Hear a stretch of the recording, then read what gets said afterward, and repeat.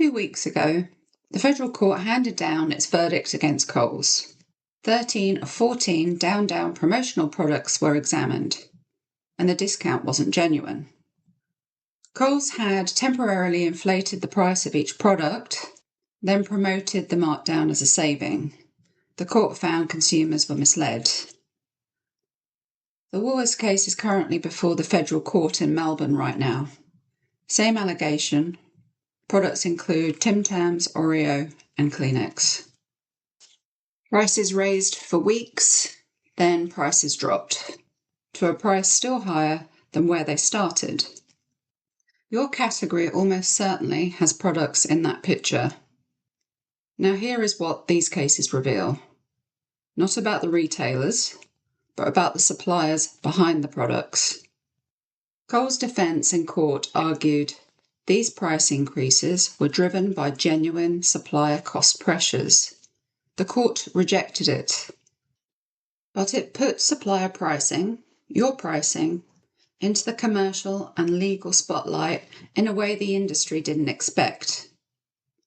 For years, suppliers allowed retailers to control the price story of their own products, and in many cases, not because they believed in the return, because they appeared to lack a value position strong enough to hold. That's not a retailer problem. That's a pricing discipline problem.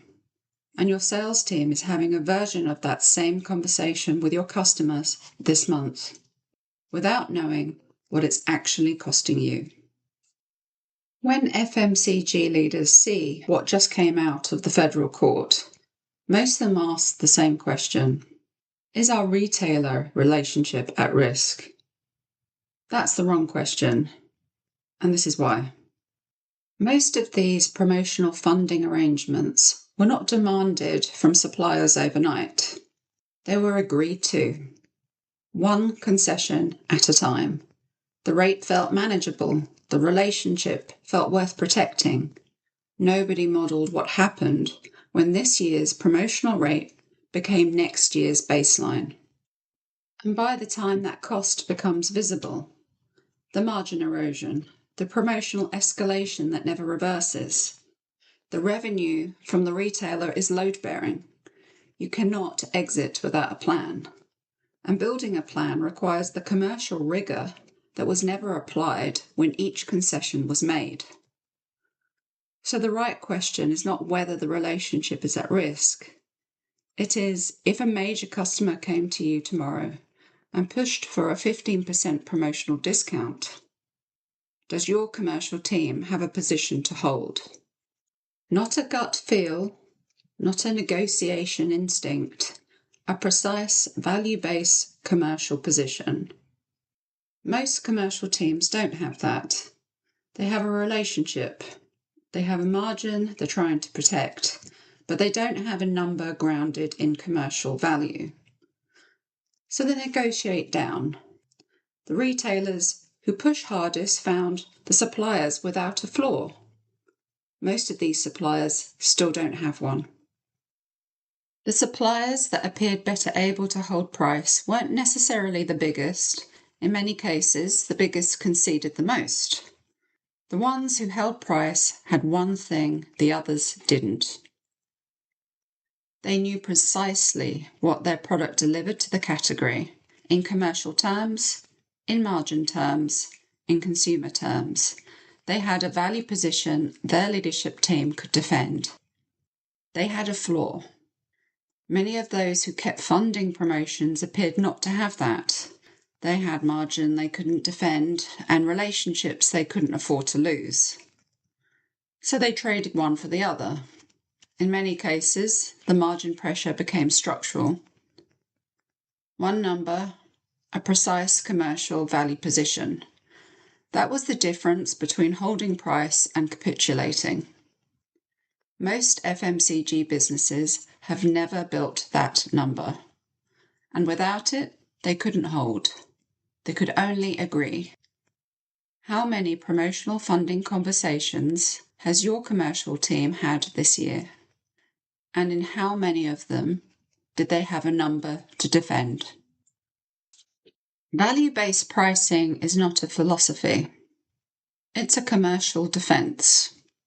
When you know precisely what your product delivers to the consumer, to the retailer's category, you have a position. When you discount away from that position, you know exactly what you're trading and why. When you don't have that position, every promotional request is a negotiation you'll lose. Because the customer always knows their number. The question is whether you know yours. Now, the pushback most suppliers give at this point is fair. The market doesn't give us much pricing power. When two retailers control the shelf, a value flaw feels theoretical. That is a real commercial pressure. It deserves to be taken seriously.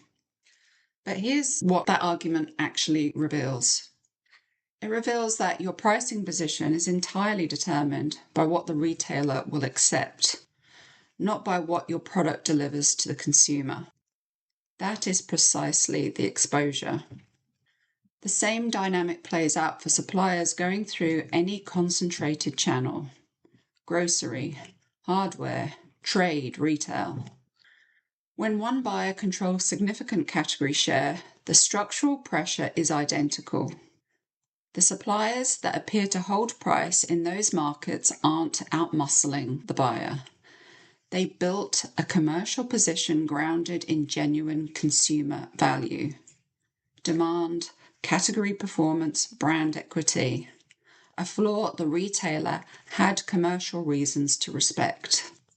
Most FMCG suppliers have never built that case, not because it doesn't exist, because nobody showed them where to start. The ones that hold price in concentrated markets didn't fix everything at once. They started with the promotional terms and discount structure they could actually defend, and built the pricing architecture outward from there. There are 3 ways discounting without a value position destroys commercial outcomes. First, the promotional ask escalates every year. There is no floor to push back from, so the ask grows. This year's promotional rate becomes next year's baseline. Your sales team calls it relationship investment. Your P&L calls it margin erosion. Second, category reviews become price auctions. Without a clear value story, you compete on discount. The customer wins that conversation every time because they have a position and you have a precedent. Third, you hold volume and lose margin, and the reporting never shows it clearly. Revenue looks stable. The commercial team hit their numbers. 3 years later, someone looks at the actual margin per customer and finds the loss. By then, it has compounded. And there is a fourth consequence that doesn't appear in your commercial reporting at all. Every time your product runs at a promotional price, real or manufactured, the consumer recalibrates what it is worth. The federal court just confirmed that consumers were misled about the genuine value of branded products. Discount dependency doesn't just erode margin, it erodes brand trust. All 4 are running inside businesses with healthy-looking top lines right now. The federal court just handed FMCG suppliers something they rarely get: a public verdict on what promotional pricing looks like when there is no genuine value anchor behind it. 13 of 14 not genuine. The lesson isn't about what those retailers did. It's about what your business would do if a major customer pushed just as hard.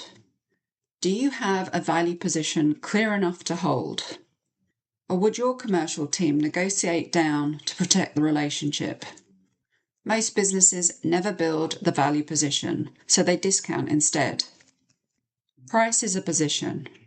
Most businesses treat it as an opening offer.